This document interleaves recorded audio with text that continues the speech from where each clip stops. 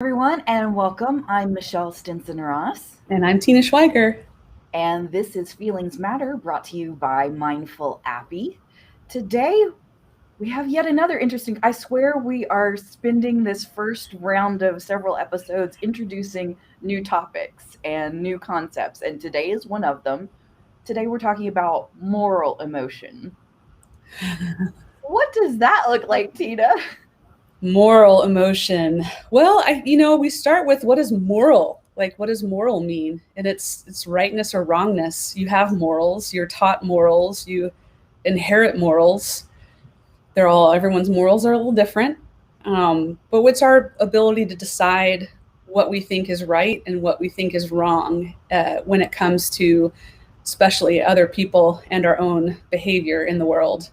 Mm-hmm. So when it comes to emotion, that you can imagine when you see somebody doing something you think is morally wrong, how do you feel? You can get a little frustrated if you do. Mm-hmm. And if you see Mm-hmm. somebody that's just going out of their way and doing something that's very kind and very generous and morally good, how does that make you feel? Pretty good. So, a lot of this has to do with just judging emotion in and of itself, right? So we're very quickly mental shorthand associating anger bad, Mhm. happy good, Mhm. um, guilt bad. Um, I don't know what what's an opposite for guilt. Pride, I guess. You could be proud about Right. something, and if you're not feeling guilty about it, it could be proud. Hmm. Yeah, Or it's even just like peace, feeling at peace about something. mhm. Yeah, it's complicated because there's how we think about our own emotions and those states as being a positive state or a negative state, our ability to distinguish within the positive or negative, how positive or precisely what type of positive or what type of negative. Then there's our brain, which is the little judging machine. We're always Mhm. looking to judge everything. So we're firing it up with positive and negative emotions, looking at the world around us and making judgments. And the two are intimately intertwined. So Mhm. I don't know that people really realize how much their emotions impact the decisions that they make and how they judge people and circumstances on a daily basis. Where I granted our brains are wired a bit to be sorting all of that out, but there's a lot of that that's taught to us too, whether that is within our families, Mm-hmm. our religious practices, our cultural norms. All of that comes into play as to how we quote unquote judge good or bad as far as emotion goes. Yeah, absolutely. We talked before, both you and I are recovering digital marketers, or still are. And we've always known that the consumer makes decisions based on emotion first and then uses the rational, logical side to rationalize the decision they've already made based on emotion. Hmm. So it's a big part of how we operate. And how does that get tangled up with morality? What do you think?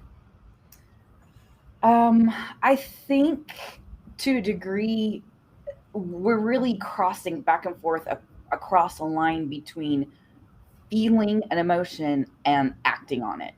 We're Mm, beginning to talk more about what's going on between that initial emotional response to something and how we behave based on that emotional response. We're but it's not what I would consider mindfulness either, because mindfulness says we're going to stop, we're going to hold that emotion, we're going to actually feel it for a moment without making a judgment before we act on it. Whereas what we're talking about here is just like quick, this is the emotion, this is the judgment, henceforth behavior.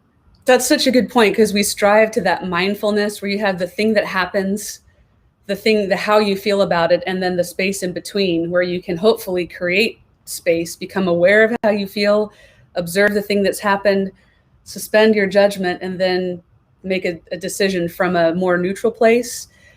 If you don't have that, what do you have? And in the middle there's a thing called intrinsic motivation. I think Mhm. is a link between what's happening in your outer world and what's happening in your inner world, because those emotions they motivate you to take action, they motivate you to say words, and that comes from within. That's the intrinsic part from within you.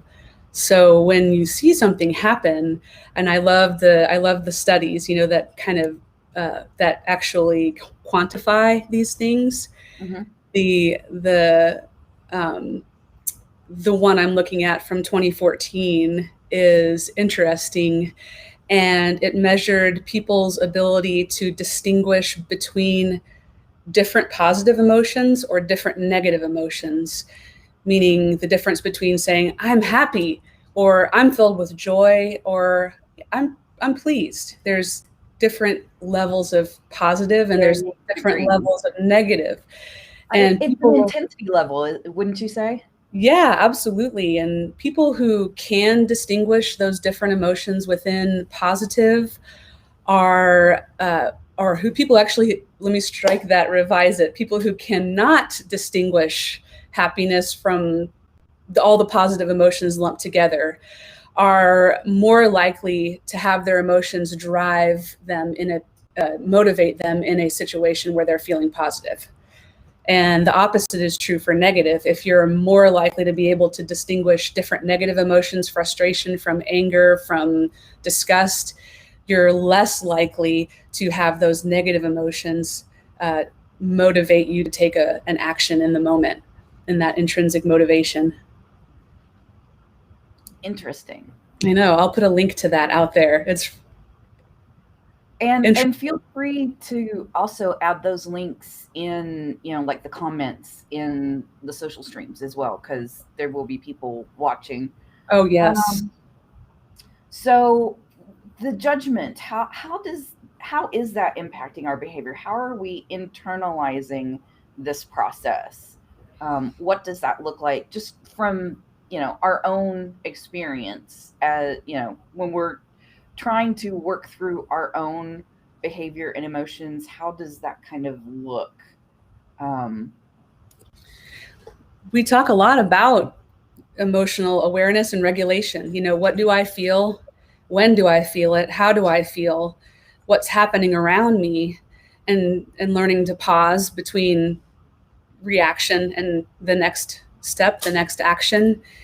And various situations. I mean, I always love to have a scenario. mhm.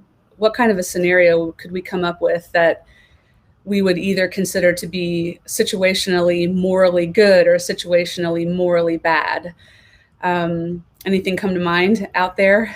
Well, you and I were talking about a couple of interesting scenarios the other day about like emotional mismatch, right? Where you're feeling sad at a wedding, which Mm-hmm. doesn't seem to be quite, wait a minute, this doesn't align with the expectation of what you should be feeling at a wedding, and yet, you know, processing that.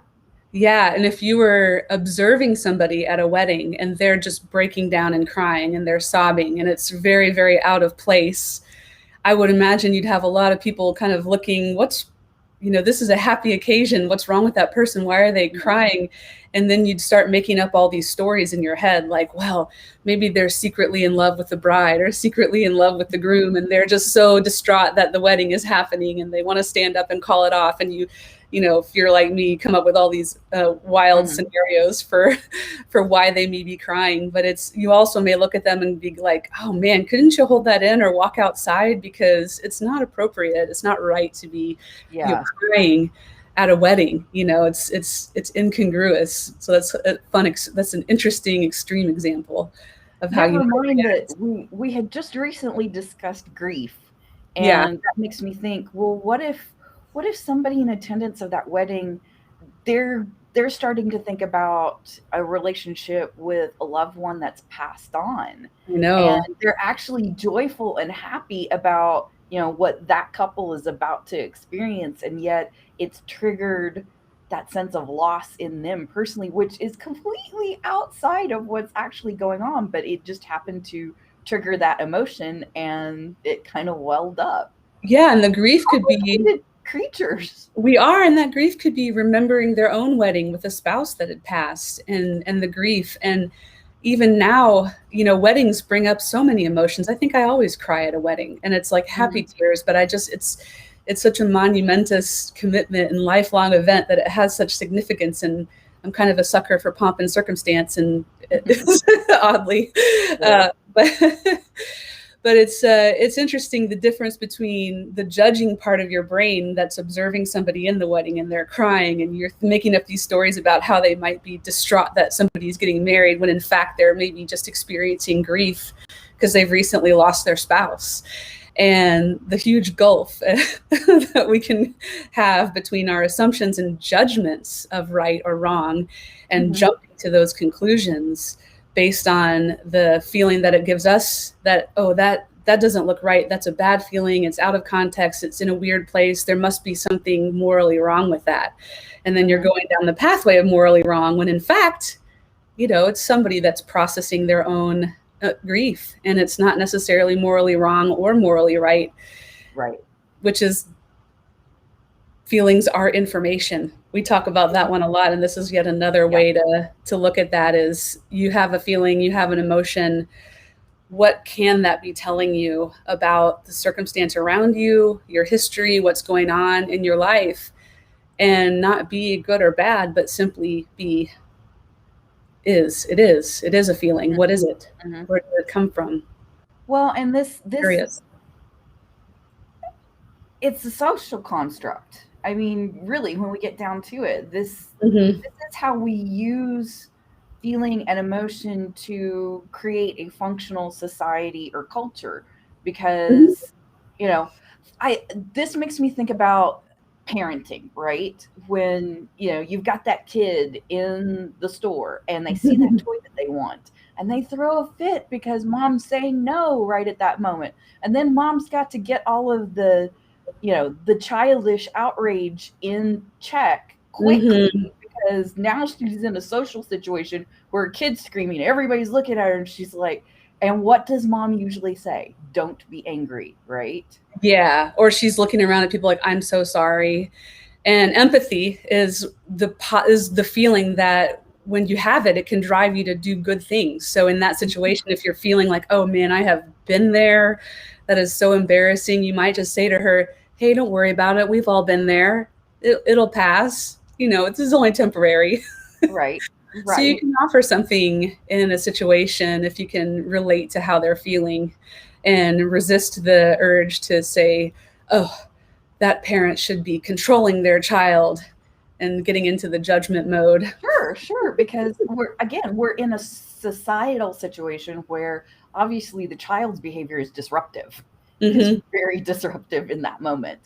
And to, not take into context and like you said, engage in a little bit of empathy, we can, as outsiders, become incredibly offended right away. But at the same time, mom has an opportunity to either communicate something positive or something negative. And her saying, that anger is bad, just, generalizing anger is bad, begins to teach the child the moral connection between anger and bad, and that I can't be angry. Where you can be angry, what you can't do is act on it in public.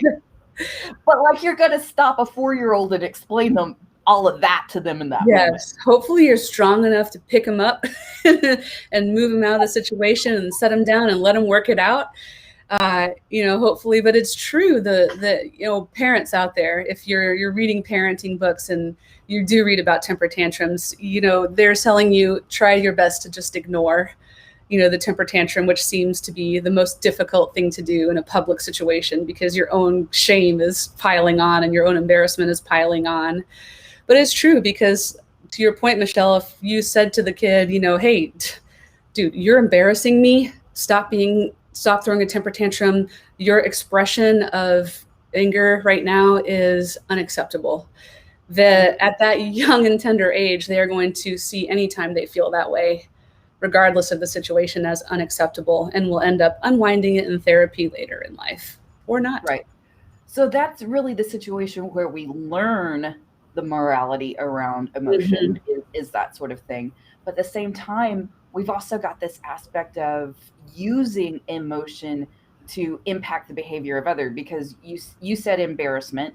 Mm-hmm. Um, the verbiage that you gave communicated guilt in that moment. It's like, Mm-hmm. okay, not only are you angry, but now you are guilty. I'm going to shame you for, behaving improperly in this Mm-hmm. moment. So Mm-hmm. we've now piled on additional feelings on top of that in order to get the child to just not have a temper tantrum right now.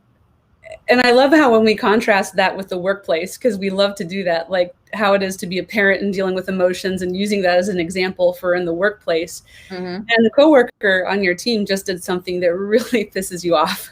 I mean, they just made it's just wrong. Maybe they went around your back to your boss and told on you for something that you did. I mean, make up a situation. How many people actually want to get back at them?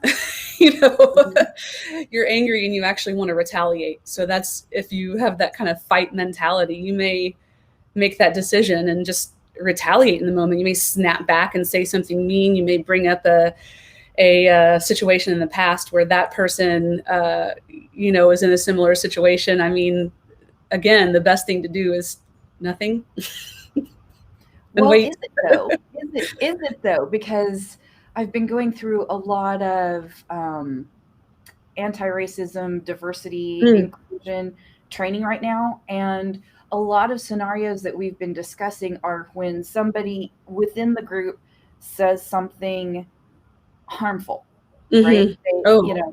an inappropriate joke or Mm, any sort of comment. Like, I one of the scenarios we were discussing recently was um, somebody of Latinx background decided to move to a predominantly Latin neighborhood, and the white person in the room goes, "Well, do you feel safe living there?"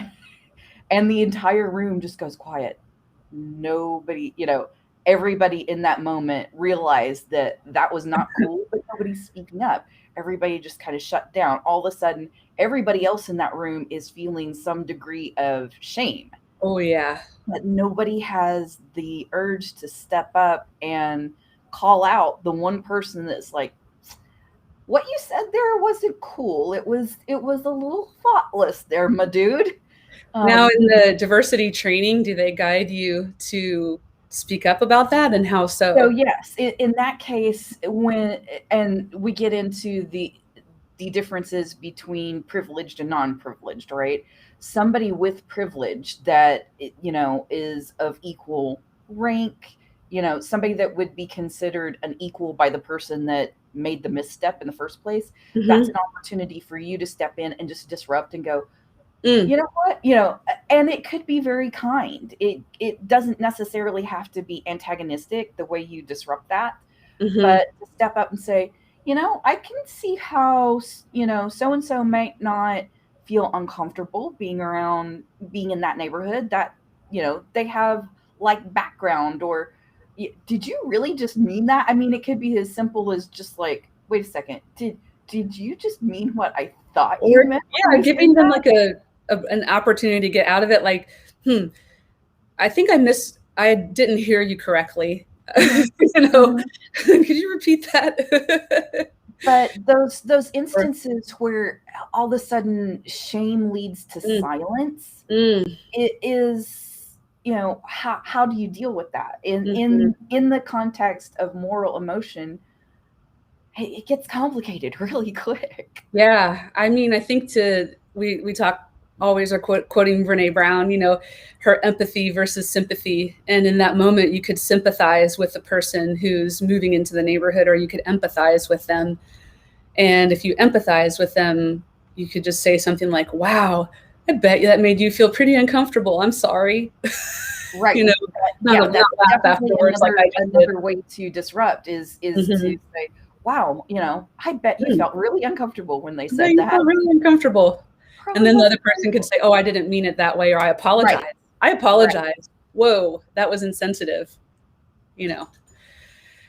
Boy, it's tangly. I think we're going to have to take a couple more episodes to unpack morality and emotion. I feel Quite like we're only possibly. just scratching the surface. Well, so that was an instance of where, the moral emotion didn't quite lead to the right behavior, right? Mm-hmm. The shame shut everybody else down, and it's going to take somebody with some serious mindfulness and motivation to turn it around. But at the same time, we also use emotion to guide people to behave more morally, right? Mm-hmm. There are instances where, you know, I'm trying. So feelings of acceptance, of wow, or admiration. Mm. Admiration is the one I wanted to get to, where somebody's doing something really cool, really neat, commendable, and feeling that way internally guides somebody else to then do the same thing, right? To Pay it engage. forward. Yeah, it's kind of like sometimes when I'm going in and out of, like, especially a doctor's office, and there's a woman coming in to go to the pediatrician, and she has the cart with the kid in it, and then the baby carrier, and then like the toddler, and like she's carrying all this stuff. And I see her trying to enter or exit the door. Often you just kind of stop, you just open the door and you stand there like, this is a lot, enter. And somebody else sees that, then they may pick up on the positivity that you just did something nice and to help someone out, and then carry that forward into their day. That's a way that on the positive side, seeing a situation, empathy, and kind of like a call to like help out a person in need can then expand into other areas of the world. Well, I think what we're finally getting to is that despite how tangly moral emotion can be, empathy is kind of the key to all of this, right? Mm-hmm. If we can step out of a negative emotion or runaway emotion and just engage empathy in any type of situation, we're going to tend to get it right. Mm-hmm. The takeaway, I think, is if you're in a situation and you find yourself intensely judging to the point where you feel your heart tense up and you're like, oh, what just happened? And it's like, it was bad. It was bad. That's the time when you have to pause, take a moment, walk away, quiet yourself before you wreck yourself. Tend to agree Emotional with that. regulation. It all comes back to. Hey, mindfulness, emotional regulation, it all kind of works together. A bit of self-love maybe at Mm-hmm. times needed in order to get through this, but it's an interesting topic, and I kind of hope that we do revisit it. I think that this leads to other things like how much responsibility do you take for somebody else's feelings and emotion? I think there's a lot more that we can delve into, but at the same time, I feel like this might be a good stopping spot, don't you think? Yeah, I do. And I do want to invite anyone that has heard or listens, if you have any questions about feelings and rightness or wrongness, I would love to answer those questions, or at least if we don't have the answer, go dig for the answer. And if we Mm-hmm. can't find the answer, have a good conversation about it. Excellent. Tina Schweiger, as always, thank you so much for your intelligence and insight. Michelle Stinson Ross, thank you for your intelligence and insight and enthusiasm and motivation and all the positive things. You guys take some good things out into the world for us. Same. Have a good one, everyone.